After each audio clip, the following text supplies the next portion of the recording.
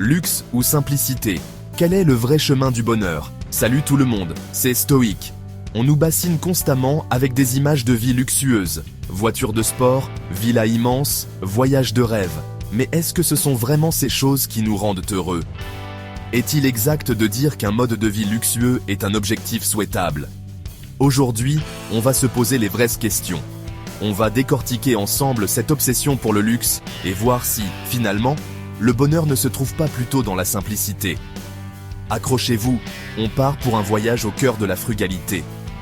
Aujourd'hui, nous allons explorer 10 stratégies pratiques pour adopter un état d'esprit frugal et mener une vie généreuse et épanouissante. Premier arrêt sur le chemin de la frugalité, le budget. Oui, je sais, ça ne fait pas rêver, mais croyez-moi, c'est la base. Commencez par noter toutes vos rentrées d'argent, puis listez toutes vos dépenses, du loyer aux courses en passant par les abonnements Netflix, et oui, même le café du matin. L'idée, c'est de voir clairement où part votre argent chaque mois.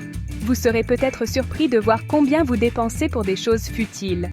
Une fois que vous avez une vision claire de vos finances, vous pouvez commencer à fixer des limites. Et surtout, n'oubliez pas, un budget, ce n'est pas une prison, c'est un outil pour vous libérer.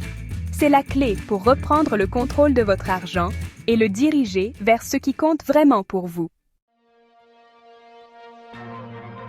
Maintenant qu'on a établi notre budget, partons à la chasse aux dépenses inutiles. Ces petites dépenses anodines qui, mises bout à bout, peuvent représenter une somme considérable à la fin du mois. On parle ici des cafés à emporter, des abonnements que vous n'utilisez jamais, des achats impulsifs.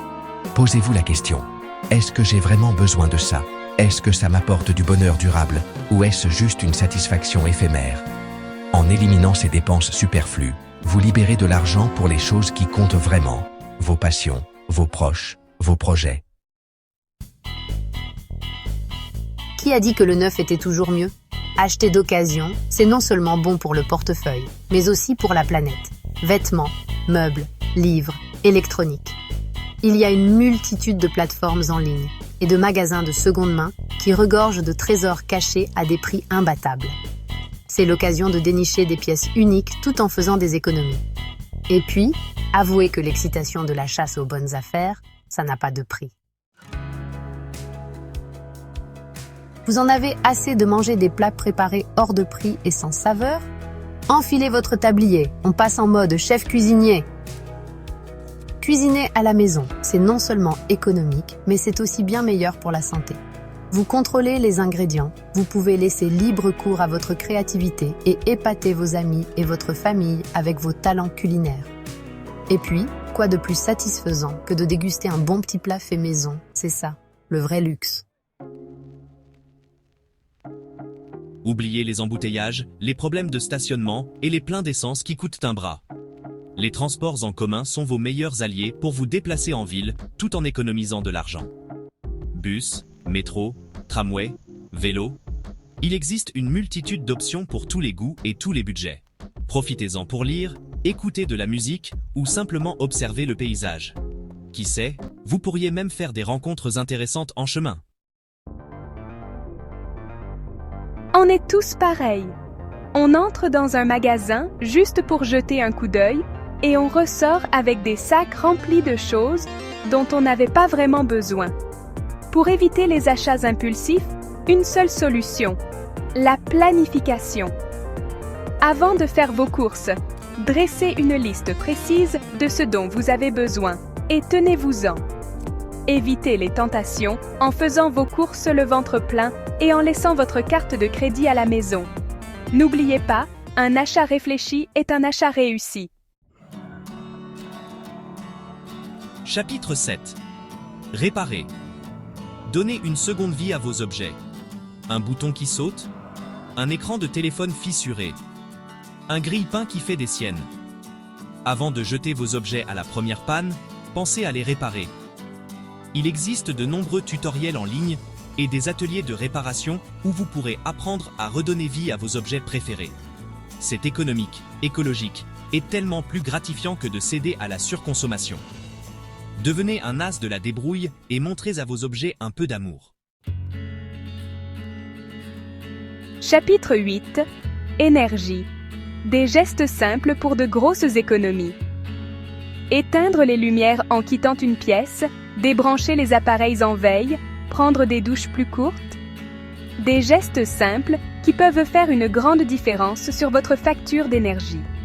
Investissez dans des ampoules basse consommation, des appareils électroménagers économes en énergie et isolez correctement votre logement pour éviter les déperditions de chaleur. Protégez la planète tout en faisant des économies, c'est possible! Chapitre 9. Expérience. Les souvenirs. Valant mieux que l'argent.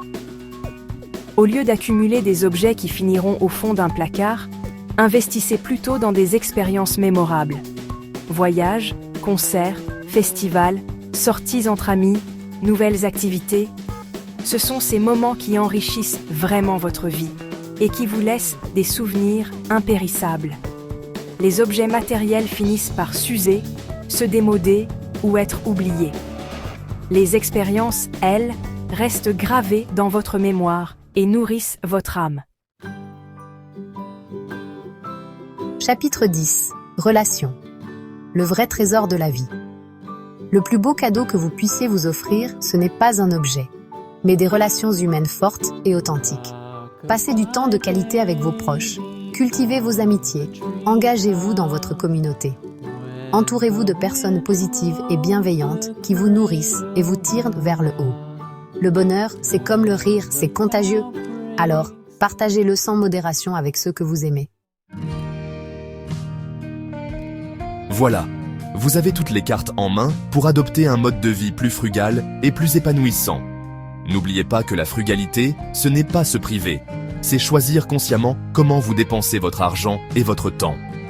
En adoptant ces stratégies, vous pouvez mener une vie plus généreuse et épanouissante, caractérisée par des relations solides et une sécurité financière.